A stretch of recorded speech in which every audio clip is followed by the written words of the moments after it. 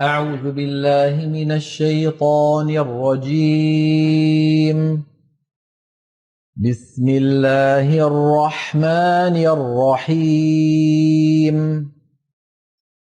يا أيها النبي اتق الله ولا تطع الكافرين والمنافقين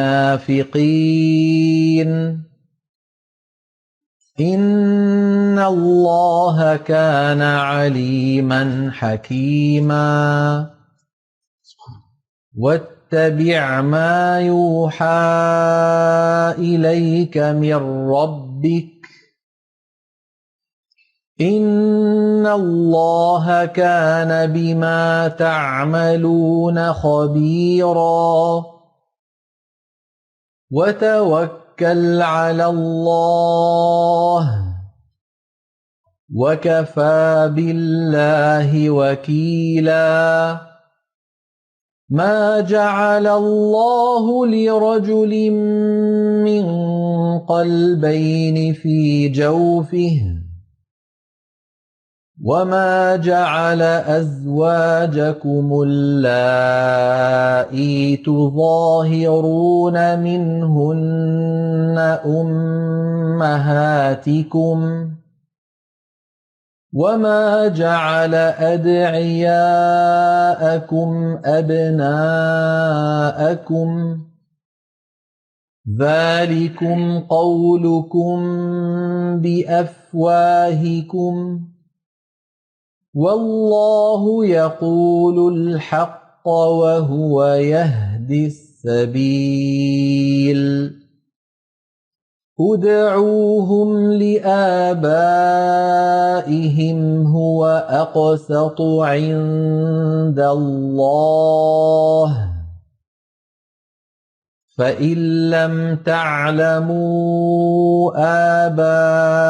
آباءهم فإخوانكم في الدين ومواليكم وليس عليكم جناح فيما أخطأتم به ولكن ما تعمدت قلوبكم وكان الله غفورا رحيما. النبي أولى بالمؤمنين من أنفسهم وأزواجه أمهاتهم وأولو الأرحام بعضهم أولى ببعض في كتاب الله من المؤمنين والمهاجرين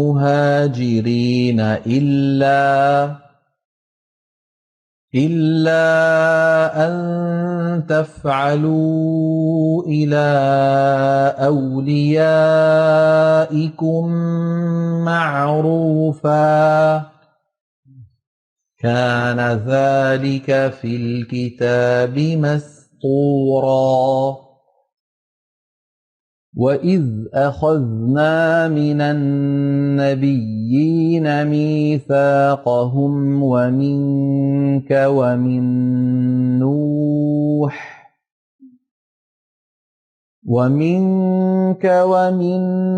نوح وإبراهيم وموسى وعيسى ابن مريم وأخذنا منهم ميثاقا غليظا ليسأل الصادقين عن صدقهم وأعد للكافرين عذابا أليما. يا أيها الذين آمنوا اذكروا نعمة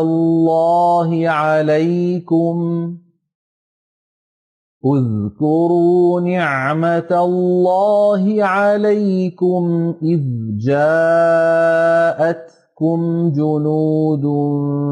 فَأَرْسَلْنَا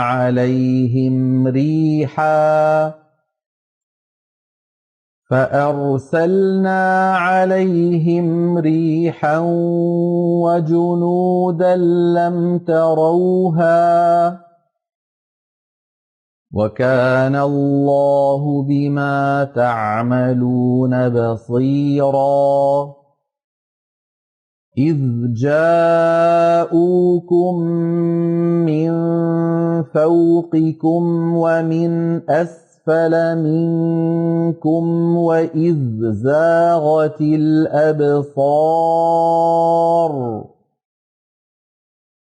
وَإِذْ زَاغَتِ الْأَبْصَارُ وَبَلَغَتِ الْقُلُوبُ الْحَنَاجِرَ وَتَظُنُّونَ بِاللَّهِ الظُّنُونَا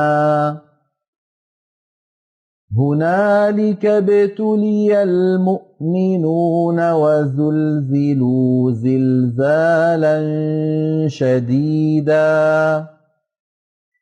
وَإِذْ يَقُولُ الْمُنَافِقُونَ وَالَّذِينَ فِي قُلُوبِهِم مَّرَضٌ مَّا وَعَدَنَا اللَّهُ وَرَسُولُهُ إِلَّا غُرُورًا وَإِذْ قَالَت طَّائِفَةٌ مِّنْهُمْ يَا أَهْلَ يَثْرِبَ لَا مُقَامَ لَكُمْ فَارْجِعُوا وَيَسْتَأْذِنُ فَرِيقٌ مِّنْهُمُ النَّبِيَّ يَقُولُونَ إِنَّ بُيُوتَنَا عَوْرَةٌ وَمَا هِيَ بِعَوْرَةٍ إِن يُرِيدُونَ إِلَّا فِرَارًا وَلَوْ دُخِلَتْ عَلَيْهِم مِّنْ أَقْطَارِهَا ثُمَّ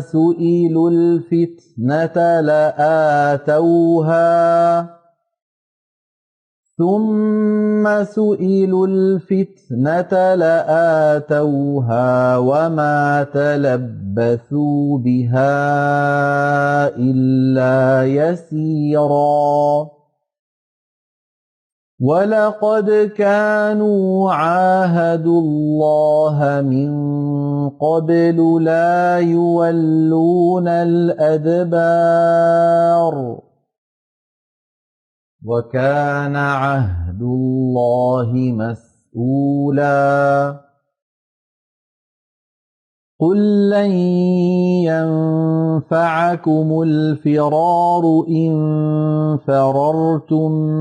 مِّنَ الْمَوْتِ أَوِ الْقَتْلِ وَإِذًا لَّا تُمَتَّعُونَ إِلَّا قَلِيلًا قُلْ مَن ذَا الَّذِي يَعْصِمُكُم مِّنَ اللَّهِ إِنْ أَرَادَ بِكُمْ سُوءًا أَوْ أَرَادَ بِكُمْ رَحْمَةً وَلَا يَجِدُونَ لَهُم مِّن دُونِ اللَّهِ وَلِيًّا وَلَا نَصِيرًا قَدْ يَعْلَمُ اللَّهُ الْمُعَوِّقِينَ مِنكُمْ وَالْقَائِلِينَ لِإِخْوَانِهِمْ هَلُمَّ إِلَيْنَا وَلَا يَأْتُونَ الْبَأْسَ إِلَّا قَلِيلًا أَشِحَّةً عَلَيْكُمْ فَإِذَا جَاءَ الْخَوْفُ رَأَيْتَهُمْ يَنظُرُونَ إِلَيْكَ تَدُورُ أَعْيُنُهُمْ كَالَّذِي يُغْشَىٰ عَلَيْهِ مِنَ الْمَوْتِ فإذا ذهب الخوف سلقوكم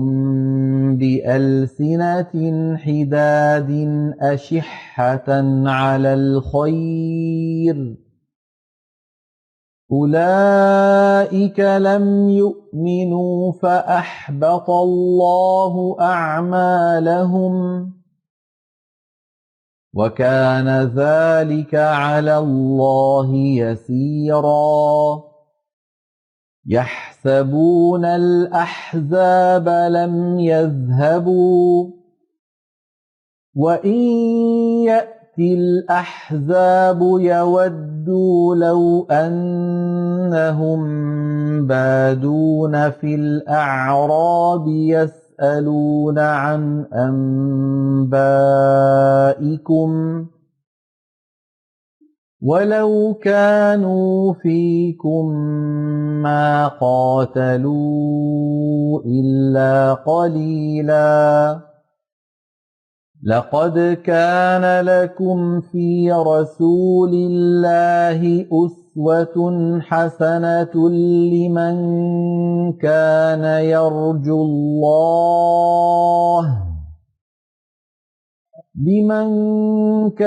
يرجو الله واليوم الآخر وذكر الله كثيرا ولما رأى المؤمنون الأحزاب قالوا هذا ما وعدنا الله ورسوله وصدق الله ورسوله وما زادهم إلا إيمانا وتسليما من المؤمنين رجال صدقوا ما عاهدوا الله عليه فمنهم من قضى نحبه ومنهم من ينتظر وما بدلوا تبديلا ليجزي الله الصادقين بصدقهم ويعذب المنافقين إن شاء أو يتوب عليهم إن الله كان غفورا رحيما ورد الله الذين كفروا بغيظهم لم ينالوا خيرا وكفى الله المؤمنين القتال وكان الله قويا عزيزا وأنزل الذين ظاهروهم من أهل الكتاب من صياصيهم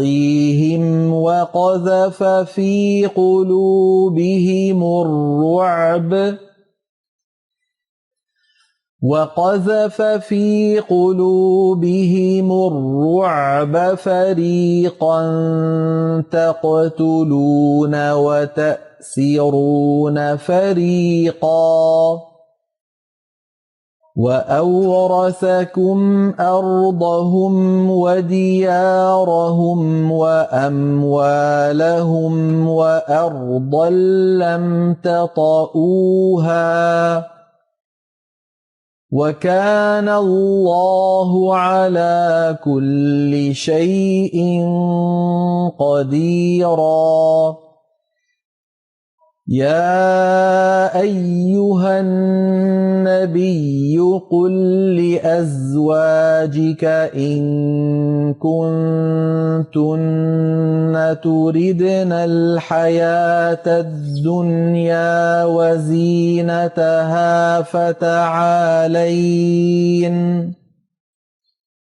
فتعالين أمتعكن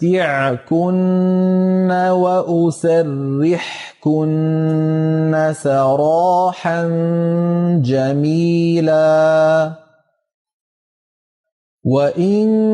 كنتن تردن الله ورسوله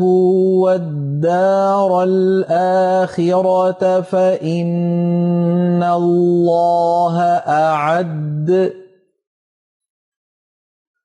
فإن الله أعد للمحسنات منكن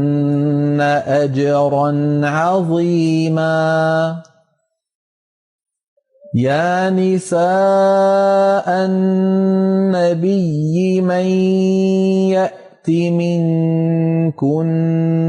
بفاحشة مبينة يضاعف لها العذاب ضعفين وكان ذلك على الله يسيرا ومن يقنت منكن لله ورسوله وتعمل صالحا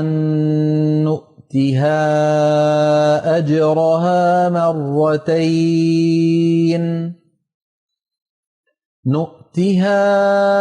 أجرها مرتين وأعتدنا لها رزقا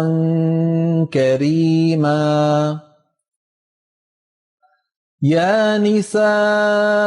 النبي لستن كأحد من النساء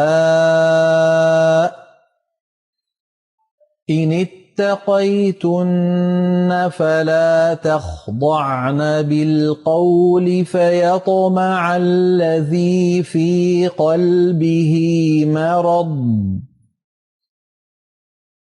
فلا تخضعن بالقول فيطمع الذي في قلبه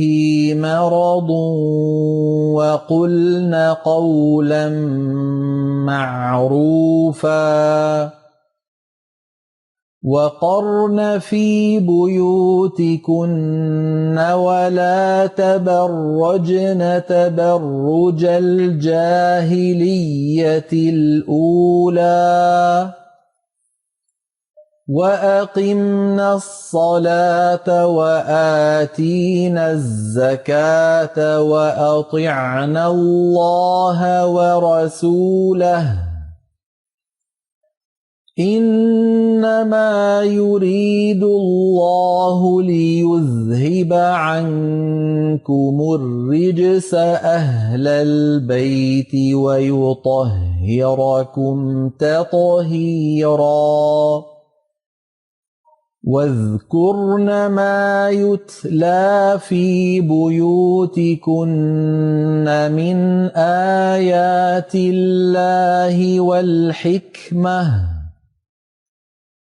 إن الله كان لطيفا خبيرا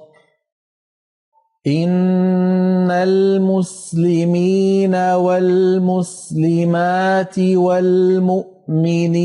والمؤمنات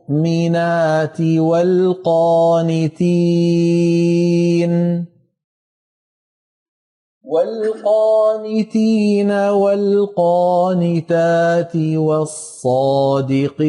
والصادقات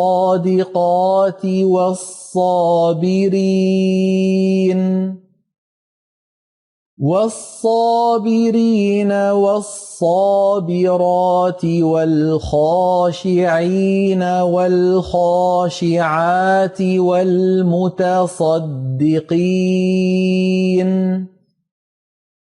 والمتصدقين والمتصدقات والصائمين والصائمات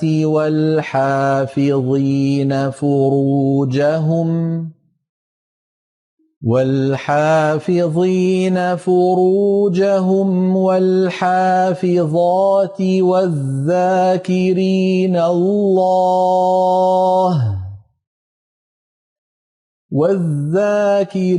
الله كثيرا والذاكرات أعد الله لهم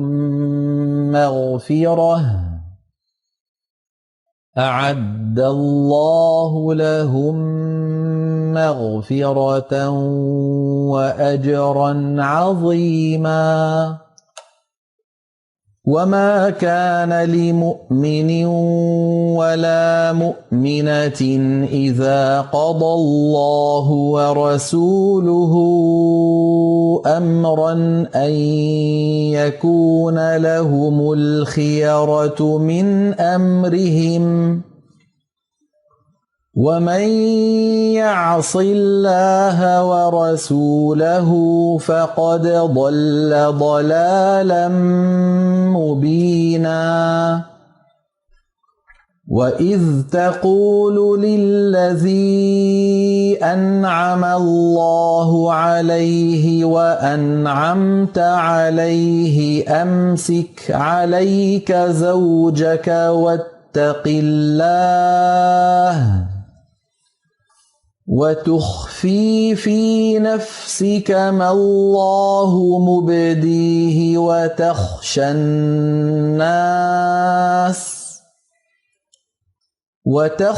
الناس والله أحق أن تخشاه. فلما قضى زيد منها وطرا زوجناكها لكي لا يكون على المؤمنين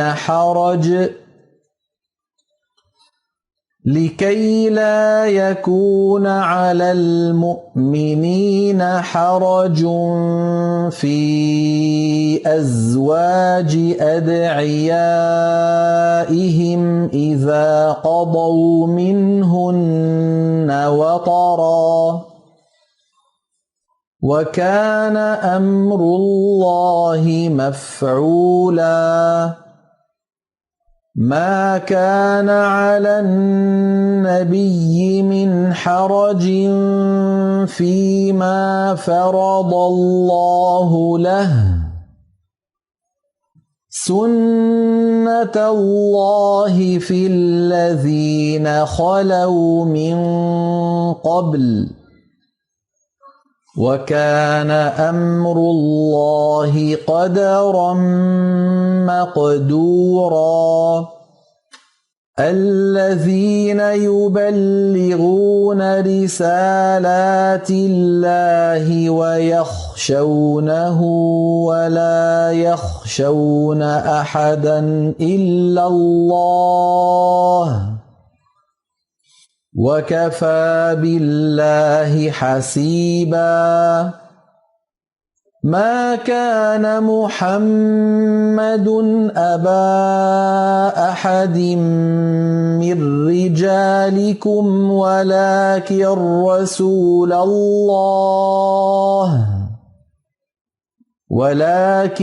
رسول الله وخاتم النبيين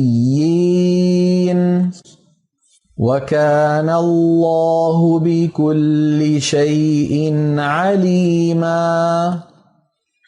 يا أيها الذين آمنوا اذكروا الله ذكرا كثيرا وسبحوه بكرة وأصيلا. هو الذي يصلي عليكم وملائكته ليخرجكم من الظلمات إلى النور وكان بالمؤمنين رحيما. تحيتهم يوم يلقونه سلام وأعد لهم أجرا كريما. يا أيها النبي إنا أرسلناك شاهدا ومبشرا ونذيرا وداعيا إلى الله بإذنه وسراجا منيرا وبشر المؤمنين بأن لهم من الله فضلا كبيرا ولا تطع الكافرين والمنافقين ودع أذاهم وتوكل على الله وكفى بالله وكيلا. يا أيها الذين آمنوا إذا نكحتم المؤمنات ثم طلقتموهن من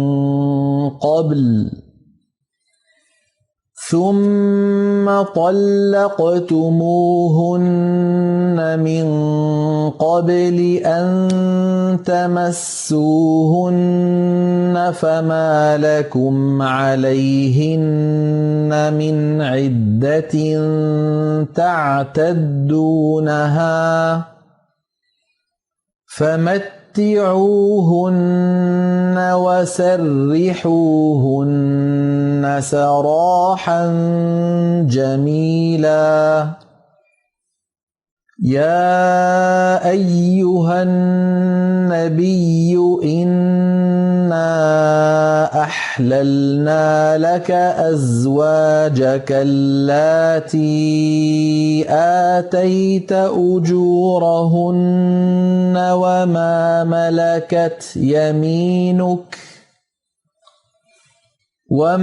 ملكت يمينك مما أفاء الله عليك وبنات عمك وبنات عماتك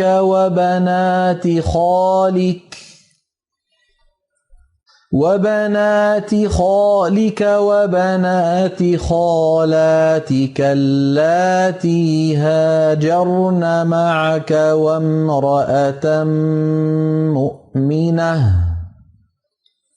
وامرأة مؤمنة إن وهبت نفسها للنبي إن أراد النبي أن يستنكحها خالصة لك من دون المؤمنين. قد علمنا ما فرضنا عليهم في أزواجهم وما ملكت أيمانهم لكي لا يكون عليك حرج وكان الله غفورا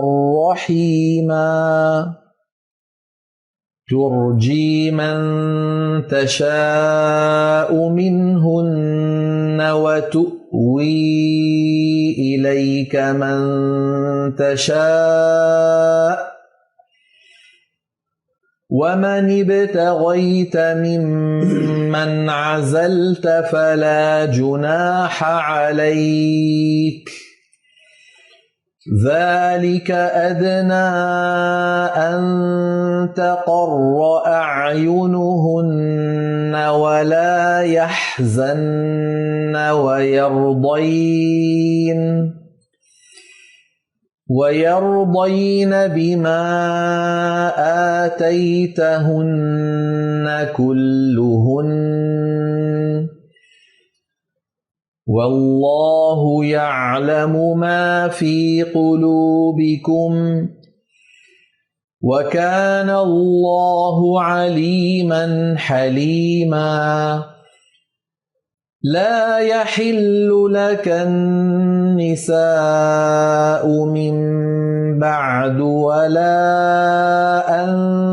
تبدل بهن من أزواج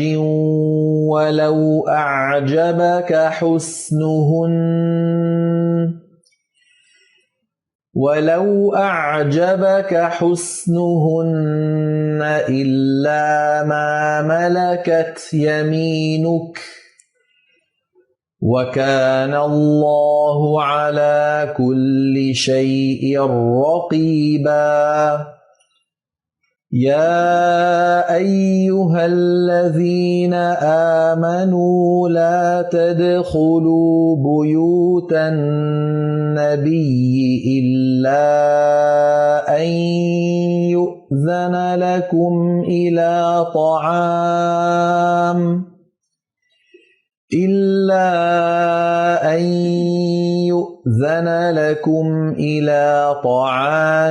غير ناظرين إناه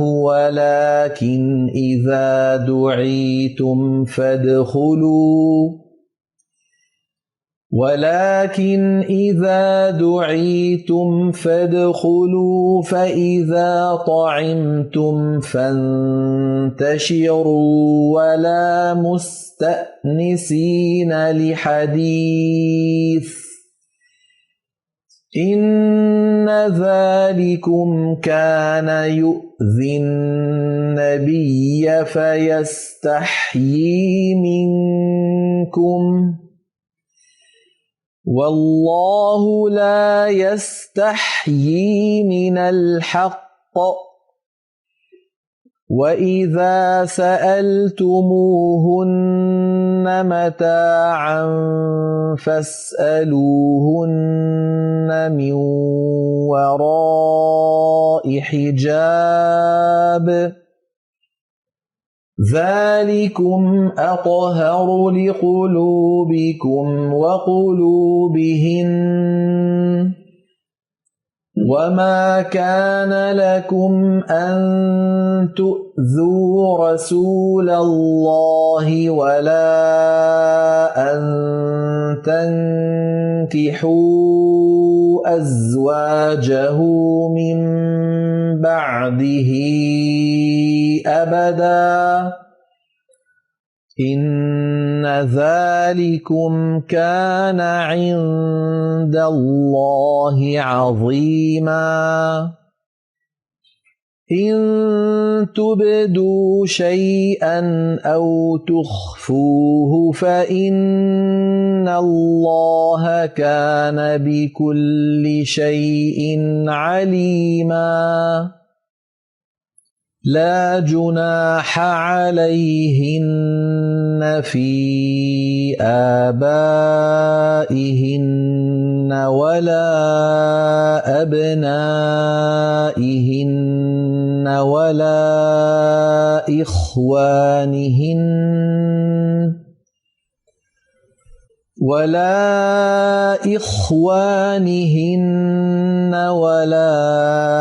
أبناء إخوانهن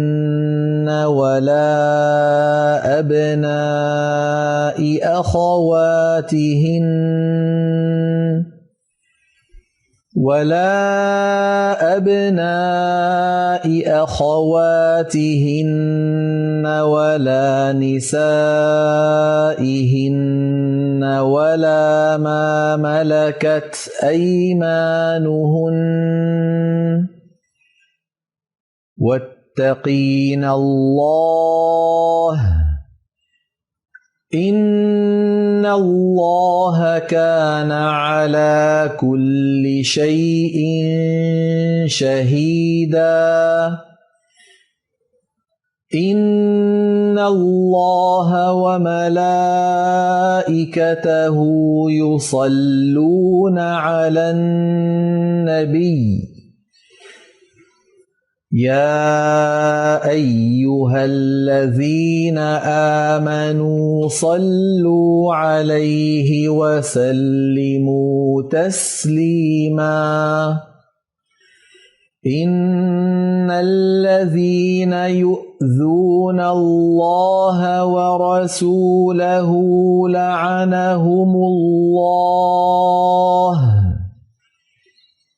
لعنهم الله في الدنيا والآخرة وأعد لهم عذابا مهينا والذين يؤذون المؤمنين والمؤمنات بغير ما اكتسبوا فقد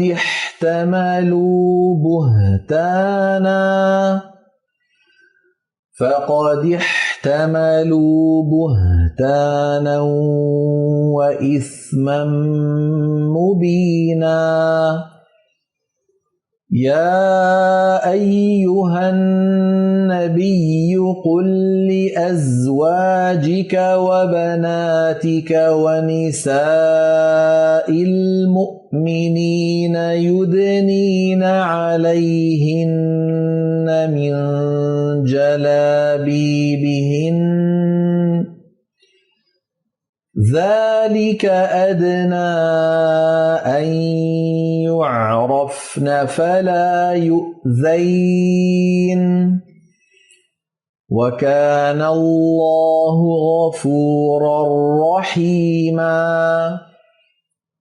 لئن لم ينته المنافقون والذين في قلوبهم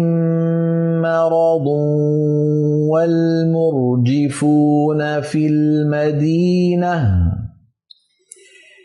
والمرجفون في المدينة لنغرينك بهم ثم لا يجاورونك فيها إلا قليلا ملعونين أينما ثقفوا أخذوا وقتلوا تقتيلا سنة الله في الذين خلوا من قبل ولن تجد لسنة الله تبديلا يسألك الناس عن الساعة قل إنما علمها عند الله وما يدريك لعل الساعة تكون قريبا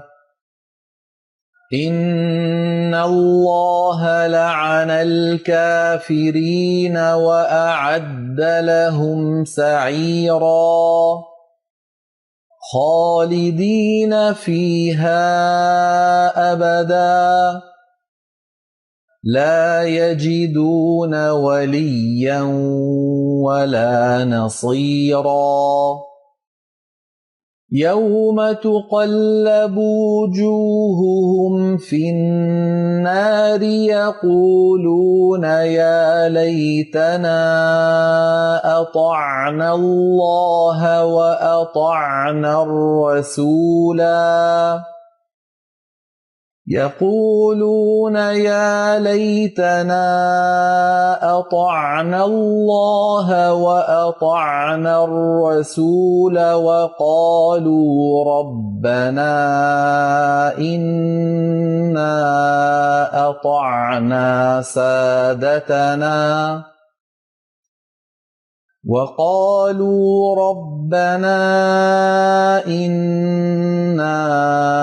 أطعنا سادتنا وكبراءنا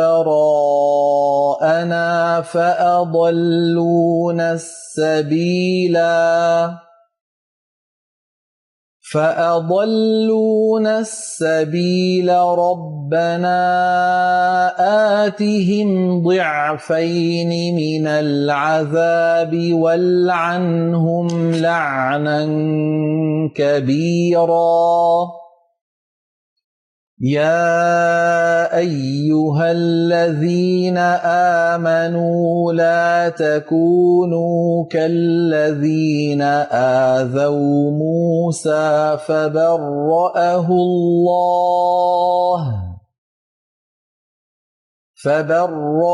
الله مما قالوا وكان عند الله وجيها يا أيها الذين آمنوا اتقوا الله وقولوا قولا سديدا يصلح لكم أعمالكم ويغفر لكم ذنوبكم ومن يطع الله ورسوله فقد فاز فوزا عظيما إنا عرضنا الأمانة على السماوات والأرض والجبال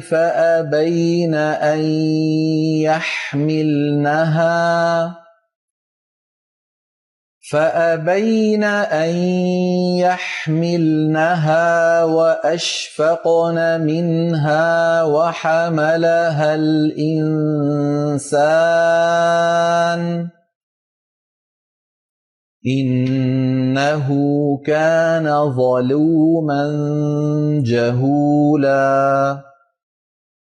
ليعذب الله المنافقين والمنافقات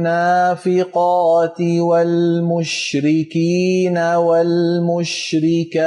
ويتوب الله